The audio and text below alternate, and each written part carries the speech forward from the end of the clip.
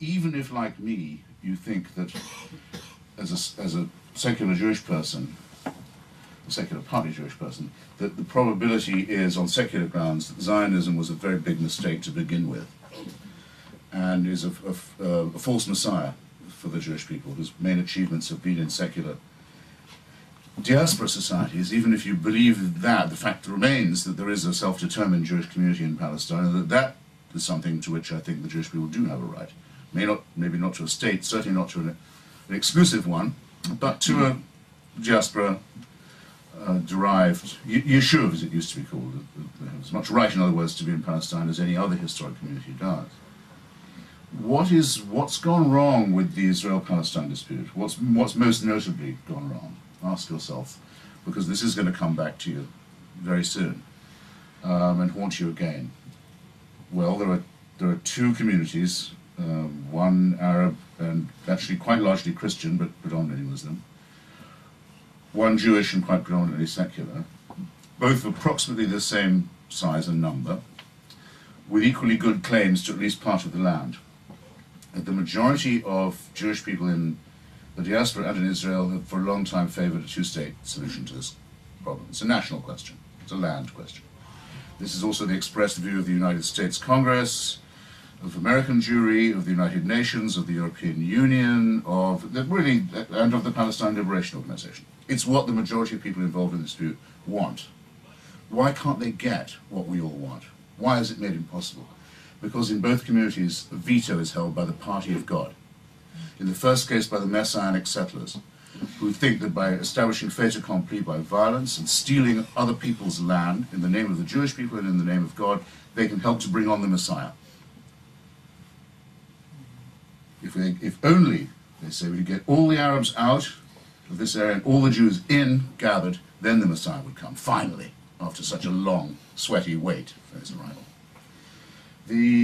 On the Arab-Palestinian side, the veto is now held, the whip hand is now held by a party who says, you're absolutely right that God decides matters in this territory. You're completely right. Only he can award territory. He's the king of real estate around here. It's just you've got the wrong God. He says it only belongs to Muslims. Not just Arabs or Palestinians, only Muslims. Not Christians, not secularists. Let them try and live their lives if they want in Gaza or the West Bank. They'll have a hard time, a harder and harder time. So that the whole world is in danger of going to hell on a sled because of the parties of God in Palestine, and nuclear weapons have been introduced into this combat and it's the Israel-Palestine question.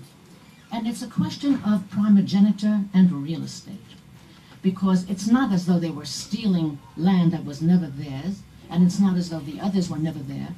It's a question that all of them were there very, very far back, and then until the 7th century they were not there, and then the dispossessed became the dispossessors, and it's a rather complicated story, mostly with real estate, and as I said, primogeniture. Who came first?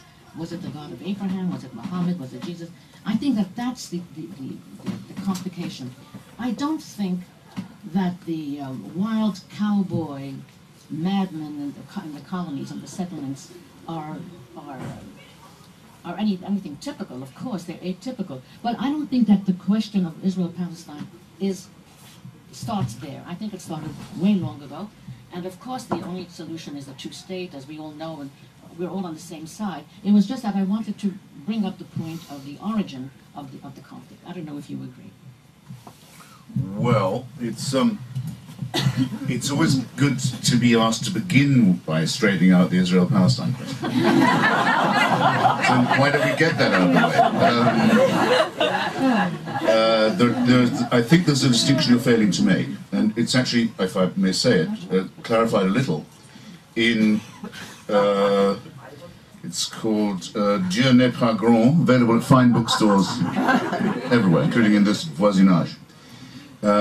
Israeli archaeology, which I think is a very courageous and honest profession, in particular Professor Finkelstein, the head of the department at the University of Tel Aviv, has clarified it for us. The story of the Exodus from Egypt, the wandering in the Sinai, the conquest of Jericho, so is all balls from beginning to end.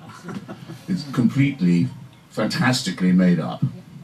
There isn't a word of truth in it, and it's just as well it isn't true, because it involves, if were it true, it would involve divine instruction for genocide and enslavement, as well as genital mutilation and a lot of other things that, without which we could well do.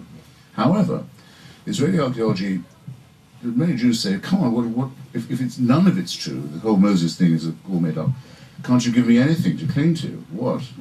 Yes. If you go and dig in Palestine, the first thing that any archaeologist will do going to a village will be dig in the midden, dig in the rubbish dump, find what people threw away and when and in what order. It's very, very interesting always. Well, in certain hill communities of Palestine, way, way, way back, you will find that while all the other neighbouring villages do have pig bones in their middens and in their garbage, these villages don't. No pigs. That's not the only proof, but it's one of many. There have been Jewish people in Palestine for a very long time. Their claim to the right to live there is as good as anybody else's and better than some. But the question is this, and it was posed by many Jewish spokesmen from the very beginning of the enterprise, when Herzl first mooted it. Do you want a state for Jews in Palestine? Or do you want a Jewish state? Now just ponder this for a second. Since I'm stuck with this, I may as well absolutely clarify it.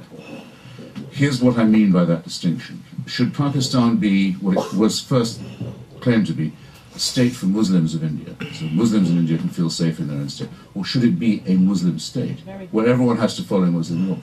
And where if you're not a Muslim, you don't really have any real rights? And that's the difference that Zionism attempts to blur, and I think it would be better off unblurred. Agreed. There you go.